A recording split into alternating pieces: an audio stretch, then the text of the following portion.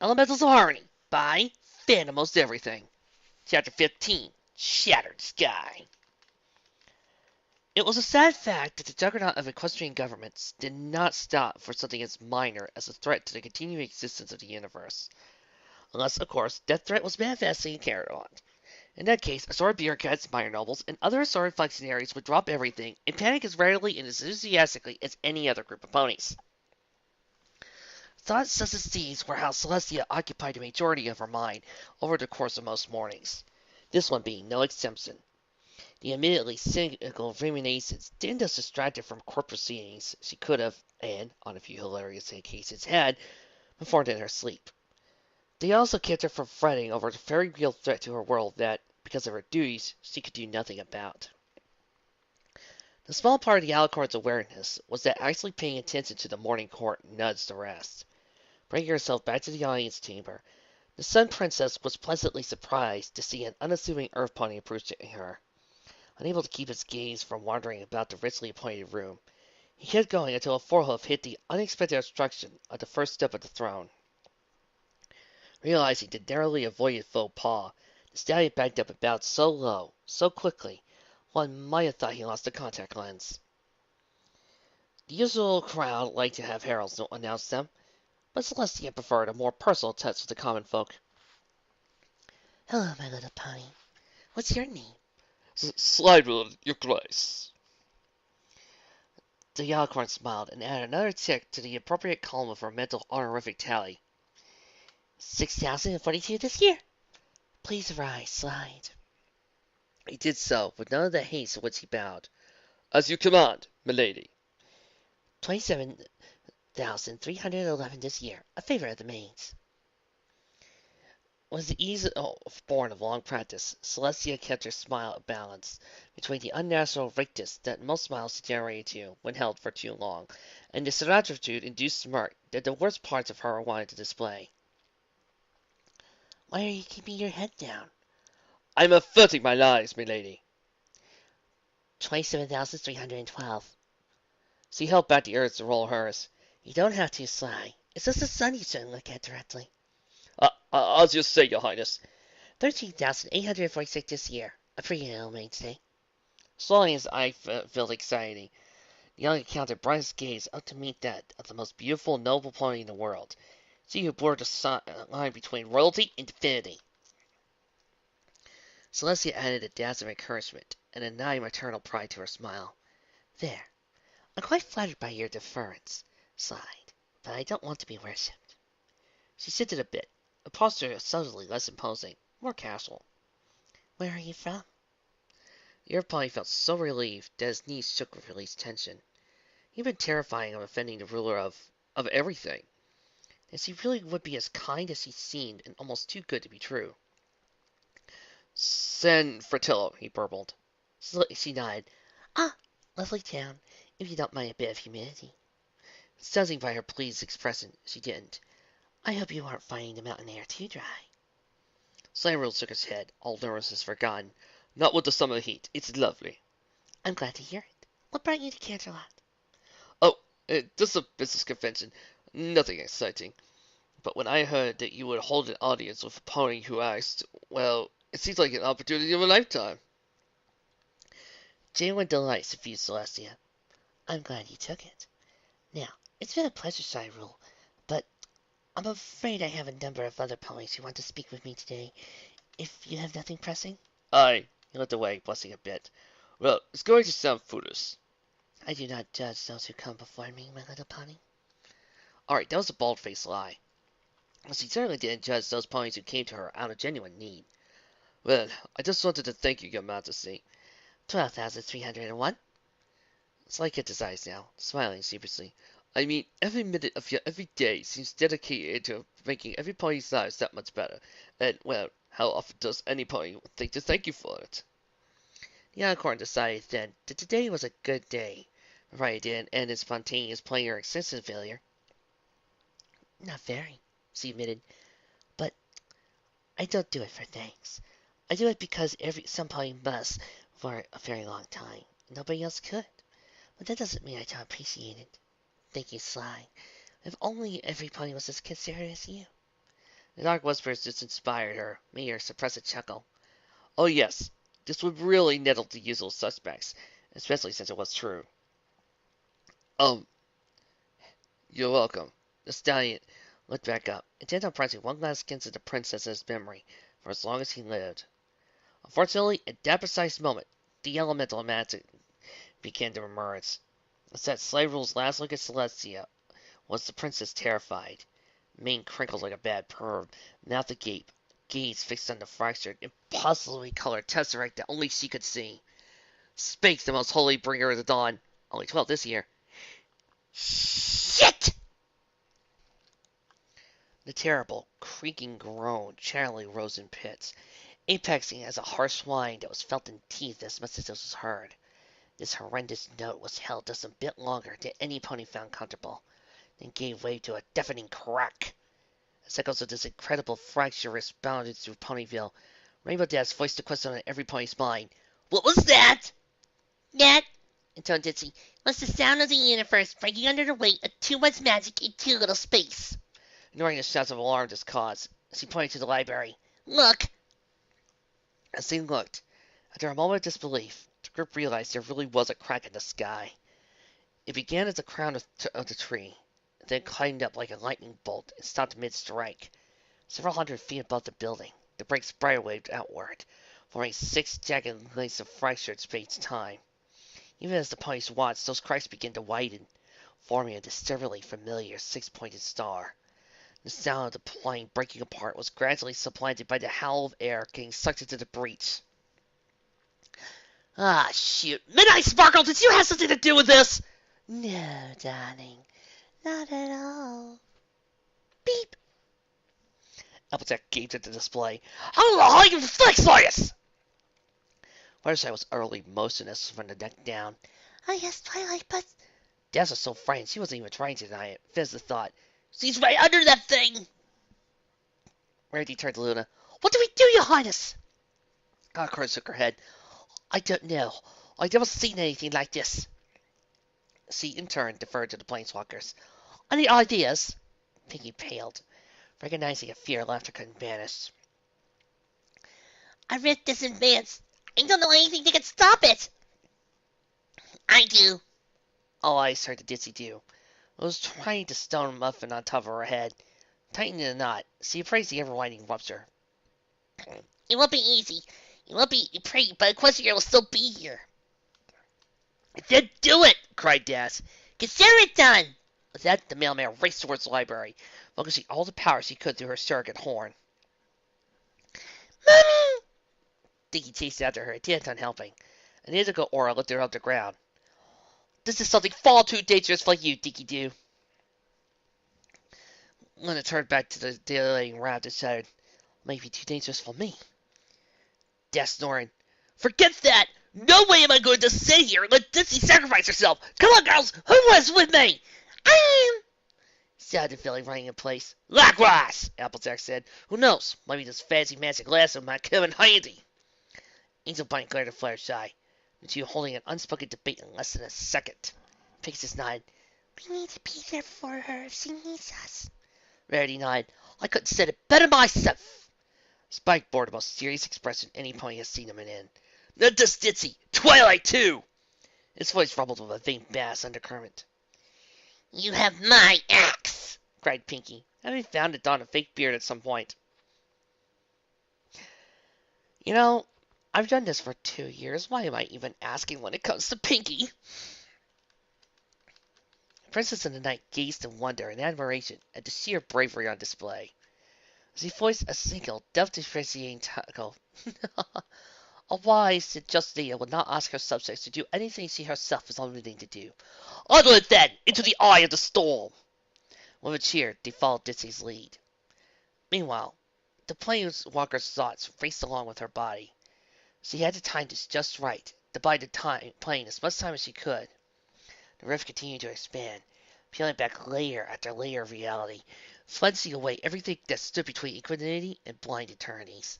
As Ditsy approached the tree, she saw the crowds of unicorns capering about, celebrating their own destruction in an orgasmic flood of endorphins.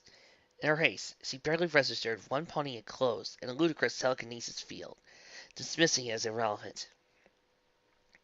Past the threshold, her mild sight went insane, the world dissolving into a crazed frenzy of flutter, color, and sensation. Pegasus didn't care. She let her momentum carry her until she couldn't compare to sensory overload anymore. At that point, she realized her failsafe in one more burst of magic and wheel in pure, desperate hope. Ditzy liked Kamigawa. Even better, Kamigawa liked Ditzy.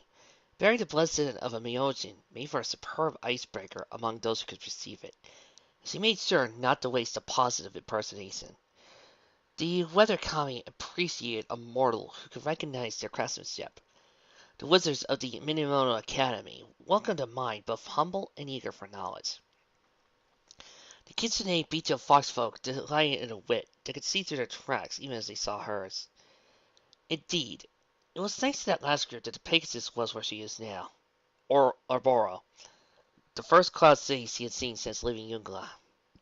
She tried to explore the place earlier, but it was home to the enigmatic, insular Sortrami moonfolk. According to everyone she asked, they considered any other race's intrusion in their home a crime of the highest order. They also considered the most skillful mortal users of blue magic on the plane, second only to the kami themselves, which meant that Ditzy planned on paying them a visit regardless. According to the scholars of Minamo, the moonfolk possessed a graceful, ethereal beauty beyond anything humankind could achieve. Young Pony was still puzzling out the bipedal morals of the appearance, but she's supposed skin as pale and luminous as the moon itself, and a lithe, elegant build outweighed long, floppy rabbit ears, and a sitting squiggles instead of eyebrows when it came to comeliness. She wasn't really impressed. The sneering condensation of the lift nose of Tommy she met in person, reminding her of all the worst qualities of elves and Vendelkin, melded into one vaguely ludicrous species. In any case, the Cloud City wasn't just a potential source for nostalgia and new lore. It was also the perfect testing bed for innovative illusion that she had just despised. Through the study of the considerable Kitsune arcana on such spells and her own skills, Dizzy had cobbled together a mystic disguise that altered her appearance based on the expectations of the viewer. If it could fool the Soratami, masters of deceptive magic that they were, they would be considered virtually flawless. If not, well, she had contingencies in place. The moonfolk's isolationism played directly into her health, because no one expected to encounter a member of another race. They all saw her as one of them. The only sound her passage could logically make was on sandals of a cloud, so no one heard hooves. The pony went unnoticed because it was obviously impossible for a pony to be an Ouroboros in the first place. It's amazing, Dizzy reflected, just how much was both obvious and completely wrong. She wandered the city for a time, simply enjoying the memories it stirred. This continued as she felt a mental tug, and one eye tilted out of alignment to focus on an approaching building. Pegasus smiled. This was an older spell, but still a favorite. It sensed potentially potent bits of arcane knowledge, and told her where to find them. Purpose filled her stride as, buried and invisible, she strolled along the thoroughfare and into the ornate edifice. Once inside, Ditsy took in the scene for a moment. Scroll stacks stretched as far as the eye could see, every niche occupied. The entire palatial tower likely followed suit. A made great library in Matmo, considered the ultimate repository of knowledge in the world, looked like a rinky-dink branch in the middle of nowhere. She swallowed the developing lump in her throat. Were it not for the doozy detector, she could spend the next 10 years poring over the contents of this place and find nothing. Thankfully, this wasn't the case. One eye staying locked on target, she continued onward, her goal clearly and literally in sight. It was further back, past the door that was cunningly hidden and locked by a series of carefully crafted enchantments. Of course, to the planeswalker's eyes, this meant that it was lit up like Las Vegas casino sign, which is probably right next to Las Pegasus. As he approached it, confidently, not faltering once he noticed it had an actual guard in addition to the illusionary barricade, the warden's true purpose disguised by an innocently placed reference desk. Dizzy only reacted when the door was not open for her. Looking imperiously at the Soratami, the Pegasus raised an eyebrow. Well, The helpless librarian gazed somewhere above the pony's head, where the illusion was staring her down. She glanced as best she could with a complexion to begin at moon pale. Of course, sir. The green bear watched dispassionately as the unnecessary lattices of lock and disguise were unraveled. The door slid aside. As he continued on, she gave a mental smirk. Act like you have authority, and every pony else will assume that you actually do. Combine that with the disguise that exploits the assumptions, and you'll have a psychological skeleton key. Now, She muttered, where are you? The room on the other side of the door was a small alcove, clearly a private study, rather than the comparative bustle of the library. Scroll racks still honeycombed the walls, but only about half were filled. A low desk against the side wall and cushion were the only other furniture. Ditsy essayed a slow circle, trying to eyeball her quarry as she waited for her spell to reorient. If I had to guess, you're right about... A left eye skewed to one side, focusing on a faintly glowing cylinder. Right there! Delayed, she snared to Detective Ducey in a telekinesis field. Sir? The moonfolk she counted delaying her in gaped in surprise. Oh crap! The Pegasus hastily shuffled her fight into the saddlebags. She really should have anticipated something like this. Is there a problem, Yuriko? Another voice. Male. Humorless as a wet cat. But for you, oh dear. Intellectually, Ditsy knew she had to escape. Yet curiosity gnawed at her. What could this second sore Tommy see when he looked at her? I understand. Do not blame yourself, Yuriko. His tone made it clear he meant the opposite. Yes, sir. Erika's defeated sigh indicated that this unspoken message did not go unnoticed. The door slid aside. The moonfolk standing in the doorway looked as domineering as he sounded. The sizzle on his forehead received itself into an odd, asymmetrical form. Well, we meet at last. A yawning, comically vacuum seemed to open before Ditsy, pulling something funny out of her brain through her tongue to compensate for the sheer level of tease. Well, how long did you spend on deciding the most cliche reaction possible? And I let an involuntary spasm. I see your irreverence is as impressive as your spellcraft. The Sword Tommy sighed and shook his head. It's the same. Had you been a child of the moon, we might have been colleagues, perhaps even friends. As it is, you must die. The expressor remained composed and disinterested, as though idly discussing the weather. Dizzy felt a bit more emotionally invested in the matter. Why? She didn't know what the forehead glyph indicated now, but was probably either mild surprise or slight incredulity. You are not Sword Tommy, and you would trod the streets of our borough, obviously. Oh, obviously, how silly of me. Unperturbed, perhaps failing to recognize the sarcasm, he nodded. I am glad we come to an understanding. He drew a katana from beneath his ornate attire. To Ditsy's eyes, blue favor writhed along the edge. Come on. With that, she reached down and bit through the pendant hanging from her neck. Blue smoke burst from it. With an impatient gesture, Kobayashi, Lord Master of Ouroboros, he who meditated atop the undertake for a year and a day, summoned a gust that cleared the room. There was no indication of an occupant. So, that was the famed Riku at two reflections. Myers said that the great Uro was silent. He is clever for a human. Meanwhile, in another cloud of blue smoke, Dizzy rematerialized on the roof of the Miyamoto Academy. After a quick check to insert the scroll still with her, she gave a sigh of relief. She knew that the seal removal would make a good escape plan. Now, the Pegasus muttered, let's see if you are worth it. She unrolled the document. The ideogram seemed to dance before her eyes, as visual translation spell converted her into familiar shapes of Equestrian.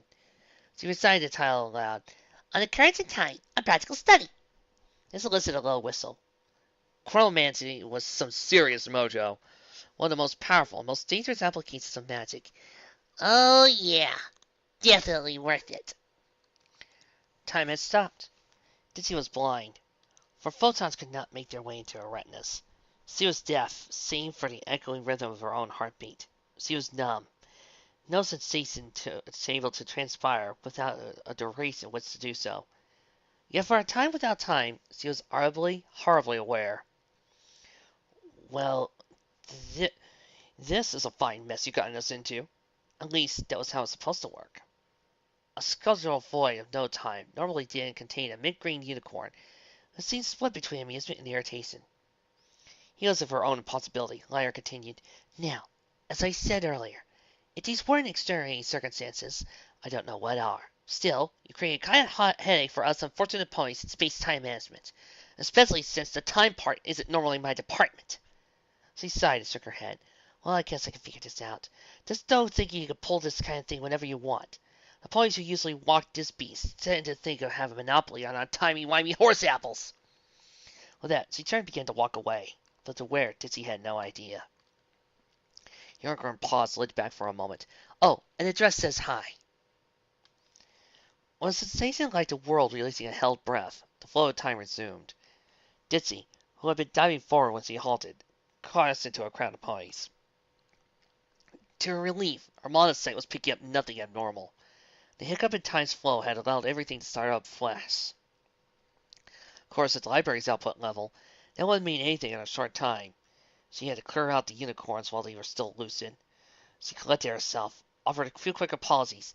Everybody, get out of here! Why? Dizzy bit back a scream. Why were ponies so easily panic over except when you need them to be? She looked around, spied her opposing friends, and stabbed a look at cover. Royal decree! A first visit! Miss Make way! You're not the guard. I'm undercover. Several ponies back. There came a call of, Isn't that Derby Hooves? Deep undercover. The pink assistant felt ready to crush the next wise guy.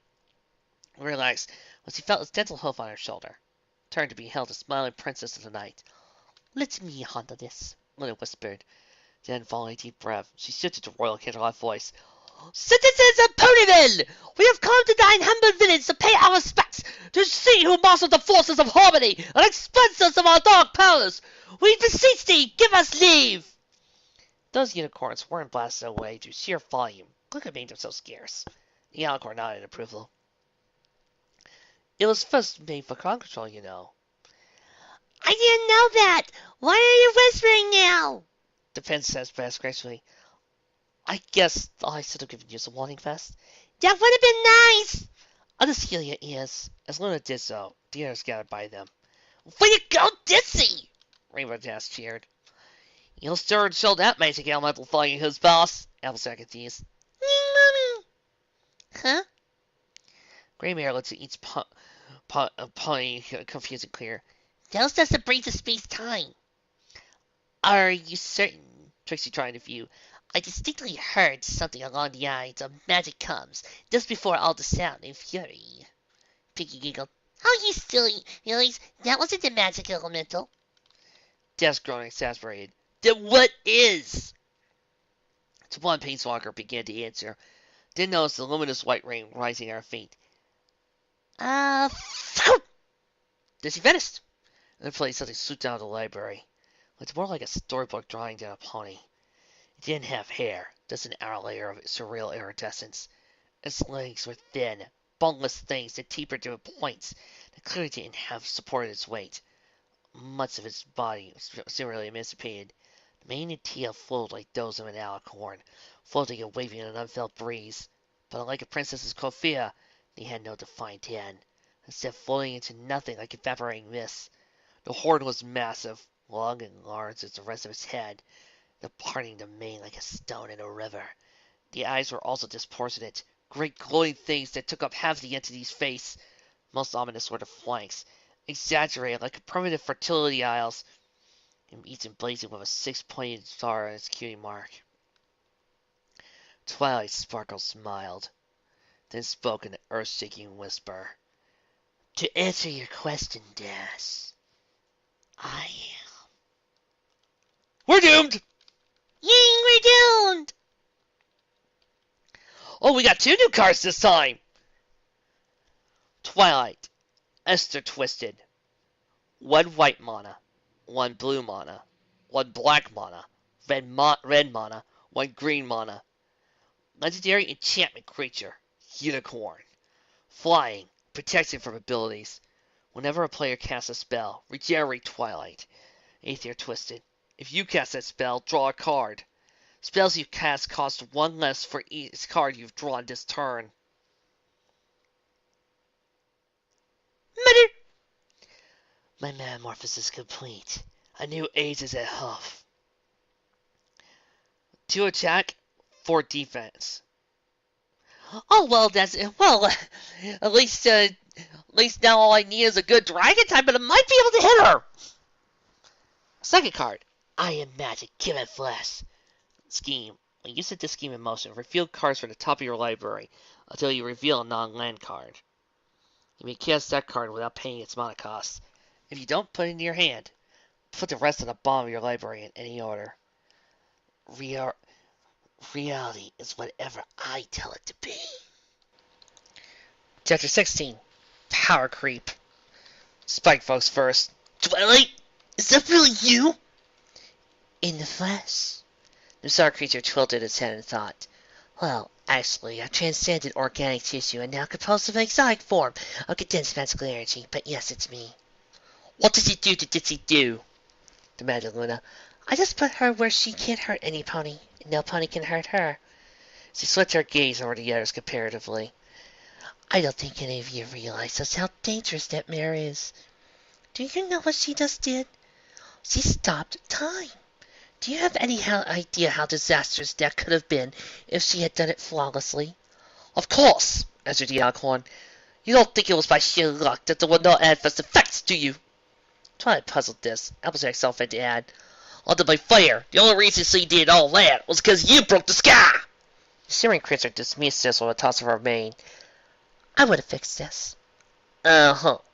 The farmer waxed plaintive. Try, look at yourself. This ain't healthy. This ain't natural. Not natural. Oh well. The sarcasm practically dripped from the mutated mare's words. I suppose I should have just turned myself back into meat. While we're at it, let's tear down Ponyville and go poop in the field. You know, since we're being so natural. Well, I ain't what I meant, and you know it. Rarity stepped in before tempers could flare any worse. Really now, Twilight, you're being most unreasonable. Surely you can understand Uncle Son. That's the thing. I really can't. This confession made the others stare in shock. She met the incredulity of a puzzled stare of her own. What? Before my special talent was magic. Now I am magic. How could this be anything but fantastic? Oh, shoot, it is Midnight Sparkle. 'Cause you broke the sky when you woke up, offered Dash. I told you I would have fixed it. And if you couldn't? Positive Rarity. I could. Luna raised an eyebrow. How do you know? Twilight growled. The ground shook for a bit. A few leaves fluttered out the library. I'm magic. I don't have to explain myself. Really, girls, I thought you would be happy for me. Happy? Echoed Pinky. Happy that one of my bestest friends ever has turned herself into a freaky monster pony? The parody of a unicorn gasped. You're absolutely right. I'm such a fool. She shook her head, astonished at her own stupidity. It's so obvious now. You're all jealous. Jealous? Cried every pony and Spike. Of course. Who could blame you? Well, don't you worry, girls. I can transform each and every one of you into an expression of your element. Sorry, Spike. The young dragon scratched its chin for a moment. Can you create gemstones? Spike! Twilight's glowing eyes squinted shut in delight. Sure. A diamond the size of a Hasley's head appeared in his arms. I'm okay with this, he proclaimed, drool slurring the last word as he trotted into the library, wanting to be alone with his new friend and meal. Luna sighed at the mercenary nature of the dragons in general, then turned to the benefactor. Tell me then, Twilight Sparkle, do you think me jealous of your newfound potency? The distorted mare scoffed at this. Of course not. That would be ridiculous. No, you're threatened. The encore recoiled like she had been struck. Excuse me. Well, reasoned Twilight, an incarnation of magic itself, the force on which Equestria was built, with a will of its own, what ruler wouldn't feel threatened? She bowed to the princess. I promise you, your highness, I am and shall remain a loyal, faithful subject of Equestria. Luna then frowned. Then cease this foolishness before you destroy us all! This produced a sigh. You can't still be upset about that one little spatial rift, can you? I know how to keep them from forming now. The mayor of the moon was adamant. Twilight Sparkle, you have become an entity whose very existence in Equestria should not be possible. You must return to the pony you once were, or our world will be beset by a fatal upheaval. But that's precisely why I... No buts! Luna's tone was now within an inch of the royal Canterlot voice. A young princess, indeed, as one who was once herself seduced by the promise of power. I command you turn from this path while you still can. Tony was horrified. You're comparing me to Nightmare Moon? I can say it, Sir Cube, but I can see her point, confused Applejack. The other bears nodded solemnly. But I just... all of you? The surreal being shed a single glowing tear. Where it fell, a flower never before seen in Equestria, and all of Ungala sprouted and blossomed. I see, she said flatly. Very well, then. Every pony relaxed a little. You don't believe me just because I can say I can handle it? Fine. I sympathize. Obviously, I'll have to give you a practical demonstration. That killed off the sense of relief quite nicely. How? Squeaked Fluttershy. Twilight's horn lined itself in shining gold. Well, first, she replied, I had to make sure there aren't any more interruptions.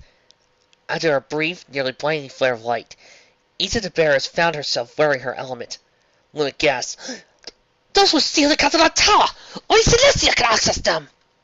The living spell shrugged. Magic. Okay, magic, and synaptic bond between the living and non-living components of each element. Now, with a thought, she sent out another pulse of power. Then there were no complaints, no protestations, no disapproving expressions, no speech or movement of any kind. Actually, but Twilight always appreciated peace and quiet. Now I'm sure that at least a few of you are wondering what just happened. Ledger the ethereal egghead paused, her curiosity piqued. Her horn glimmered momentarily as she nodded to herself. All right, then. That's Rainbow Dash and Applejack for what, Luna for how, and Fluttershy and Rarity for what now, and Pinkie wanted the number 3 combo with curly fries and a large ginger ale. The aberration paused at this, sighed, then shook her head. Somehow, I'm not surprised. Anyway, as much as there exist bonds between the different aspects of a single element of harmony, so too are there bonds that stretch from each of them to each of the others. Furthermore, a similar bond is established to each previous user and its target. Twilight paused, turned to one immobile form, and glared. I am getting to the point, Dash. Be patient. Now, where was I? Oh, right. So, by exploiting these bonds, I am able to perform magic on each of you effortlessly, while bypassing any and all magical defenses, both internal and external. That just might stand in the way. Oh, and don't worry, Luna. I haven't paralyzed Celestia. I just created a sort of blind spot in her magical senses. She won't notice anything wrong. The heliotrop's voice began to grow more and more clipped and frantic. Not that anything is wrong, of course, but if I was, I could fix it. That wouldn't ever have to know about it, and we'd all be happy! At her beat, Twilight recognized her increasing mania and cleared her throat. Ahem. So, any questions? Twilight made her entrance. Luna had sent a thought to her own student.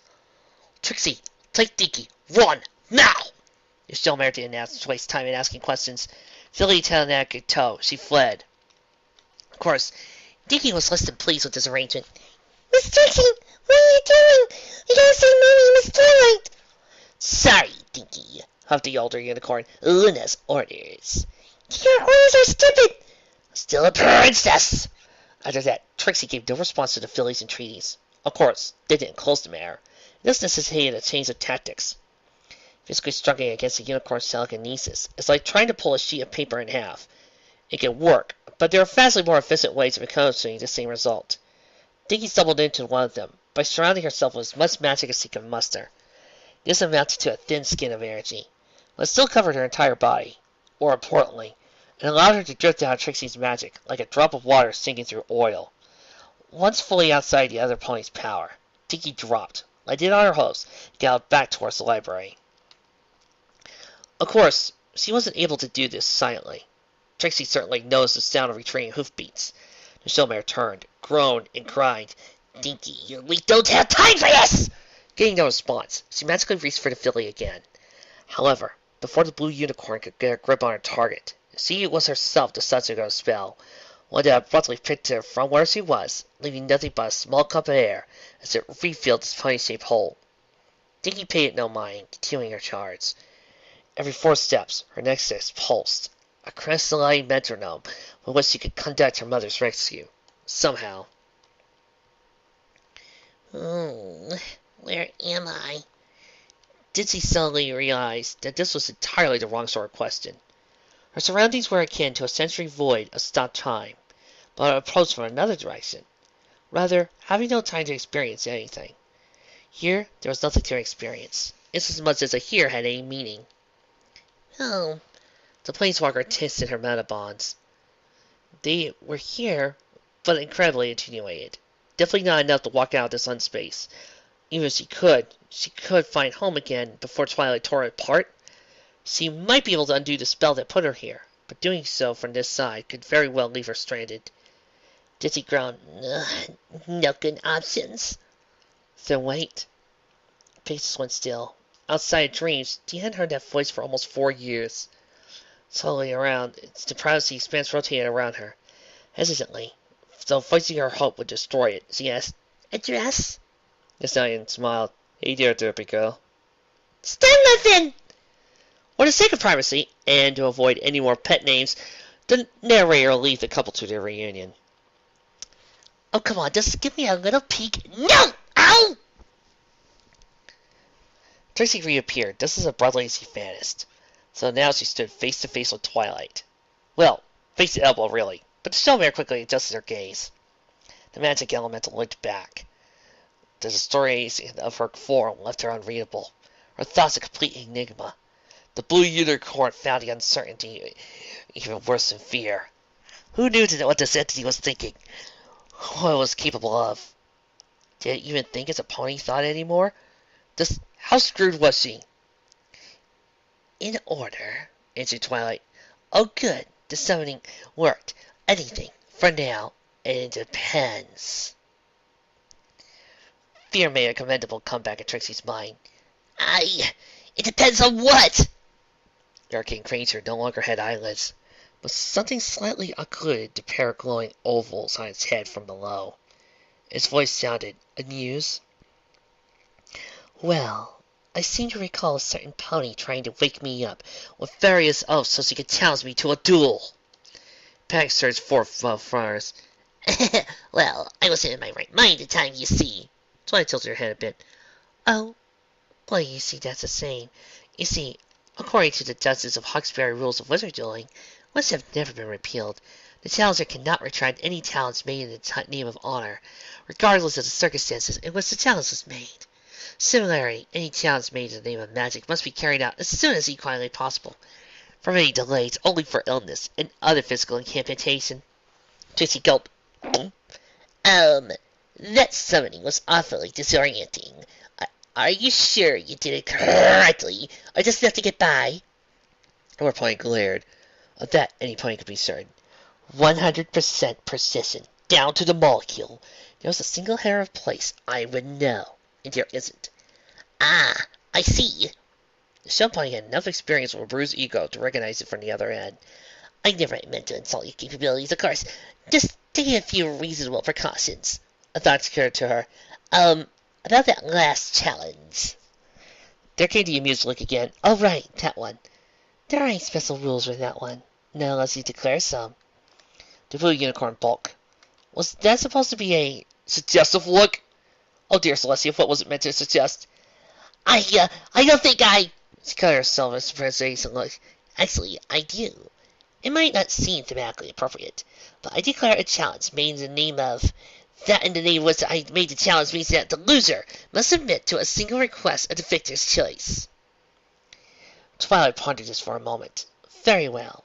Given the obvious disparities in your power, it is only right that you are given the privilege of first spell. She shut her eyes, leaving her head utterly featureless. You may fire when ready. A thin line of radiance reunited. Oh, and don't think about running away. I don't need my eyes to see. The light winked out. Trixie was, by this point, shaking in her hooves. There stood everything that had gone wrong with her life. Monolithic, uncaring, insurmountable. It had staged her, shamed her, ruined her. And that was before it became a thing of nightmares. And now it was openly mocking her, daring her to take her best shot, knowing full well that she wouldn't even leave a scratch. There stood Celestia's faithful student, whom she deluded herself into thinking of as a rival. Arch-rival Ivan. Ha! Like their respective tutors, she would forever be the lesser, the minor, the pale reflection of true glory and power. But there was a spark of hope that refused to be smothered by angst. Hadn't Nightmare Moon imprisoned Celestia in the sun? Didn't Luna say how her true strength lay not in force but finesse? In the story of the eclipse, doesn't the moon block out the sun, however briefly? Just so you know, I can wait all day, advised Twilight. Unlike some ponies, I don't need to eat or sleep. Just strategizing is all, answered Trixie. With that, she set her eyes and focused, intent on a plan that just might possibly work. Fog billowed out her horn, wreathing about itself about the two duelists, the living statues that bore witness to the class. Short order, however, nothing was bearing witness to anything. The dense mist stayed pinned around its creator, forming a dormant cloud cover at the base of the library. The living spell was less than impressed. Well, points for not immediately resorting to the fake flashing and special attack. However, you seem to have forgotten the whole I don't need eyes to see thing. She searched along the mere intensity characters, smiling to herself as she did so. You made the fog radiate energy, and since it obscures magic detection as it does sight. Nice. Reflective across most EM spectrum. And while it doesn't matter, well done. Judging by the echolocation profile, you're hiding in some sonic shadow. I say you covered all bases, Trixie. Of course I can just summon you again. What then happened to Twilight could be experienced firsthand by reaching down your throat, through your digestive tract, grabbing your coccyx, and pulling. It was quite fortunate that the mist was a scary sight, because this action did some very rude and untoward things to space insanity. Creature's reaction, once the unknotted itself, was not what Trixie was hoping for. She laughed uproariously. You magnificent witch! You didn't make the fog magic opaque, you made it magic reflective. I'm just radiating so much I couldn't tell. You got me to summon myself. Outstanding! The burst of mirth aggravated somewhat, down to the chuckling. That would have pulled my organs out through my horn if I still had any. Still, I have to wonder how you're going to do anything. You're subject to this stuff as I... She sensed a change in the air. Am? After a moment, Twilight corrected herself. Not just a change. A charge. Her hair would have been standing on end if she had not experienced ultimate telepathology.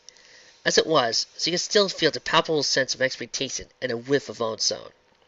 I see, she mused. Don't try to cast through the fog. Cast into the fog. You really thought this out, didn't you? She sussed out the seep and energy distribution, gave an impressed whistle. Wow, and you're making sure that no pony else will get shot. Thanks. That's actually really thoughtful of you. Trixie didn't waste any time with frustration disregarding praise and provoked. She just shoved it into the lightning, along with her hope, her insecurity, and all her anger. From neck to horn tip, her head felt like it was going to explode from the scale of her efforts. Finally satisfied, she could do no more. She let loose. The entire dome of cloud flared like a flashbulb. A deafening point-blank thunderclap shattered every window in the library and most of the nearby houses. Spike looked up from his glorious crystalline fleece. Amid the sparkling aftershock, there came a steady beat of hooves on earth. Twilight was giving a slow applause, a circle of energy compensating for the thinness of her limbs. Well, that was invigorating, and quite beautiful, in a dramatic, retina-searing kind of way. She looked around, missed as far as the eye could see, which was a few feet. Well done, Trixie. Your strategy was virtually flawless. As I said earlier, you really covered all your bases here. With that, she delivered one last stomp. The haze was blasted outward and rapidly dissipated, leaving the cellmare exposed in their hiding spot behind Trixie. Unfortunately, continued to be, I could just wreck the stadium! She levitated the silver-maned unicorn into view. This has been fun, but I have an itinerary to find out for today. I'm afraid time allotted for this little spar has run out. Trixie's mind grasped the first straw within reach. So, you're just going to abandon the etiquette of the duel? Please, we both know there hasn't been a proper wizard's duel in almost 200 years, not to since the days of red vinegar and definitive. Also, it's pretty obvious you can't win. Your technique is really quite good. You've managed to surprise me once, but so far out of your league, I can get without being in a different part. I don't think either of us wants to keep embarrassing you by pretending you had a chance. Something important in Trixie. Something that endures score and indifference. Broke against his castle dismantled. She wilted her rival's magical grip. I'm sorry. I wasn't worthy of you, Twilight Sparkle. Twilight no longer had a stomach, but guilt twisted her where the organ used to be. To be fair, I did have a pretty unfair advantage. Normally, you've really given me a run for my money. Of course, normally you wouldn't have been casting spells with lethal intent. Hopefully, yeah. She awkwardly scratched the ground with a leg tip for a moment. Anyway, I've got a lot to do today, so go ahead. The resonance in those words hurt more than any amount of electricity could. The resonance in those words hurt worse than any amount of electricity could. For what it's worth, I hope we can be friends after this. Trixie looked at the unicorn and the sword librarian in disbelief. Unless you're also a medium, I'm not sure how. Twilight was taken aback. What?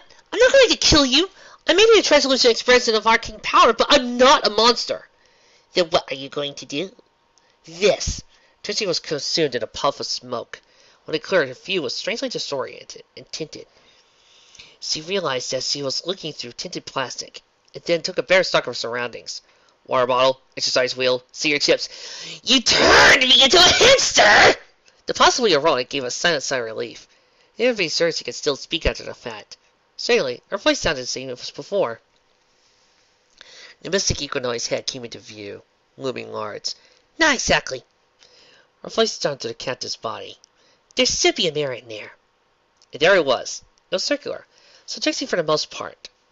Stubby little limbs, floppy little ears, a pathetic little horn, and just a really large eyes. What am I? Adorable! Twilight's eyes had almost squinted shut in delight. I always wanted to try out this spell, but Spike hates it when I tried to polymorph him. Don't worry, Trixie. Once I've finished everything I need to take care of, I'll change you back. Until then, just relax. With a thought, she sent the blue chubby into the library. Siri being nodded to herself, satisfied. Well, that's taken care of. No harm done. No feelings hurt. No psychological trauma endured on either end. And definitely no erosion of sanity whatsoever. Twilight no longer had a nervous system. That made the twits even more worrisome than normal. Now, what's next? Oh, right. I never got around to explaining why I wanted to take advantage of this human spite. Silly me! She walked among her friends' immobilized forms. You see, girls, I've been doing research. Important research. She stopped in front of Applejack. Of course, some of you don't care about that. You just wanted to know if I had eaten and bathed and other petty concerns of the weak flesh. She gave it a Rin's grin, forming a month just for the occasion. Resumed her pacing. But now, you're a captive audience. I'll tell you my findings. She glanced towards Dash. Don't worry, Rainbow. I'll restrict myself to uneducated terms. And yes, uneducated is a word, as of now. She grew serious. Something big is coming, girls. Something that I'm not sure if we can stop. But now, I don't know if it can stop me. The essence of her body briefly became instinct, and still there was dissolving in mirage. Oh, doesn't look like it can. Temporal omnipresence. Now there's something to look into. She grinned. Oh wait, I have! She blurted again. Wait, what? Vision eyes wide in a pre-connective horror. What? The dreamy aura of her coat frightened her into a garish tie-dye disaster. Where is she? Where's the feeling you could ruin everything? Above such petty concerns as causality, she gave herself the answer a moment later. What Twilight did wasn't exactly teleporting per se. There was no flash or sound. In the space of a thought, she simply wasn't where she'd been. Instead, she was behind Fluttershy, glaring at the one hurdle between her and full omnipotence. Hi, Dinky! The filly yucked and spun, hiding in her place until it rendered null and void. Hi, Miss Twilight. A glowing circle of runes formed around the unicorn. Nothing personal, Dinky. Twilight said conversationally. It's just that you're the one pony who can stop me. Fear, hope, and confusion wrestled with another in the child's mind. How could some pony like her stop magic itself? The glowing entity stopped, aghast. Wait, what am I doing?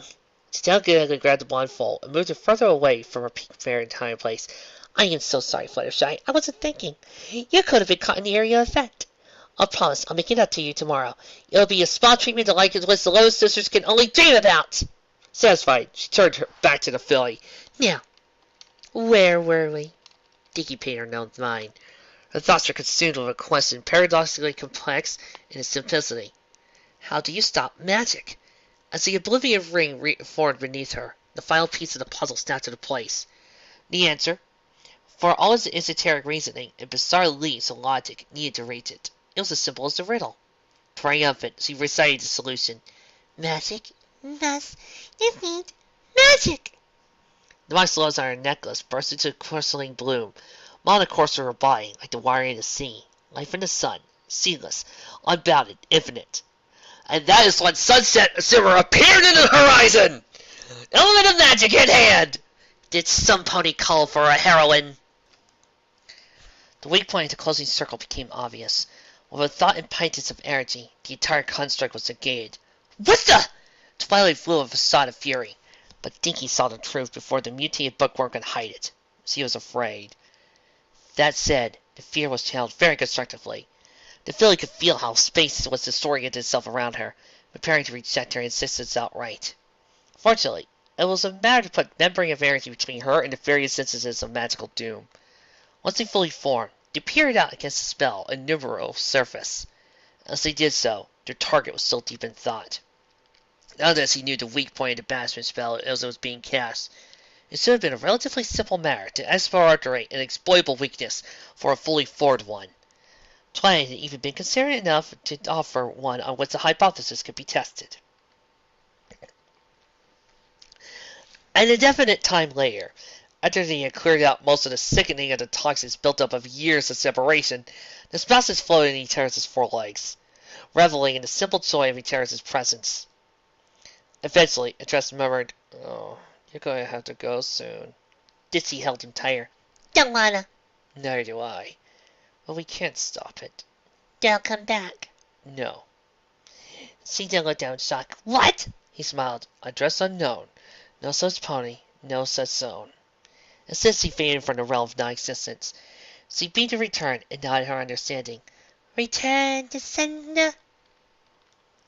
Twilight felt an unpleasant mental tinge as her spellcraft unraveled. What? She whirled around, just in time to receive a buck to the face, courtesy of Ditsy Do. Reeling from the blow, the transformed unicorn abruptly vanished. The Pegasus held her daughter, her eyes like flood lamps, her mane floated as though underwater, and her horn glowed so brightly it was far too painful to look at, even without Mana's sight. Dinky? The filly smiled accidentally. Mommy! Her next accent could only be described as a glump. Guess what? I'm the only pony who can stop Crazy Monster Twilight. Something caught Ditsy's eye. Shing! There was a magic wand on each of Dinky's flanks, much like Trixie's cutie mark. However, rather than a contrail of glittering magic, these wands produced only a single glittering spark. Counter magic, muttered the planeswalker, in more excited terms. She cried, Muffin! Your special talent is counter magic! Her daughter nodded proudly. Magic must defeat magic. Well, that explains a lot. Twilight returned to visibility. Corporeality? Existence? Several dozen above the dews, rays evident in her rolling mane, and psychedelic aura swirling around her. I was trying to be gentle before, but I guess you two just can't appreciate this sort of thing. Fine. No more Miss Transpony. You are going to find out what happens when you make magic angry. Dinky quailed at this, but felt an odd warmth and confidence in her. She noted a wing over her body, and looked over to her mother. The gray mare grinned confidently, eyes glowing blue. Well, my little floyd mates, I think it's time your mommy showed you what she did before she became a male pony. Ditsy Do. One colorless mana, one white mana, one blue mana. Planeswalker. Ditsy. +1. Choose any number of target players. Each of those players draws a card. 0. You gain 1 life for each card in your hand. -6. Put X, 1 strong, 1 toughness, white Pegasus creature tokens with flying onto the battlefield, where X is your life total. 2. Deafness. Dinky Do. Spellbreaker. 1 white mana, 1 blue mana. Legendary creature. Unicorn Child. As long as you control a Ditsy, Dinky Do Spellbreaker has hexproof, is indestructible, and can't be sacrificed. X. Counter target non-creature spell with conferred mana cost X, or destroy target enchantment with conferred mana cost X. She undoes magic as quickly as her mother undoes muffins.